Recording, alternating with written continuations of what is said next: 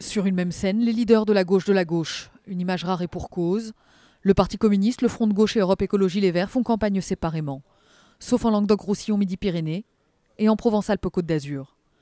Difficulté supplémentaire, depuis les attentats du 13 novembre, certaines idées sont moins faciles à porter. La gauche de la gauche, qui est sur des positions plutôt hostiles au virage sécuritaire, eh bien cette gauche de la gauche a, dans la conjoncture actuelle, étant donné l'inquiétude de l'opinion, du mal à faire passer son message.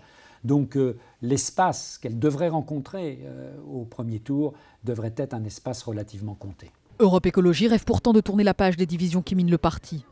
Quant au Front de gauche, il caresse l'espoir de retrouver du souffle pour peser davantage dans le débat public. Mais le contexte a changé et il profite désormais aux grandes formations. Il est possible aussi que dans les derniers jours de la campagne électorale, notamment sous la pression des événements, il y ait dans tous les camps un vote utile. Et que ceux qui ne sont pas dans les listes qui peuvent avoir le plus de suffrages soient en quelque sorte pénalisés. Si le premier tour tourne à la débâcle, cette autre gauche devra se rallier au Parti socialiste. Dans le même temps, elle se veut une alternative au gouvernement. Et c'est bien là tout le paradoxe.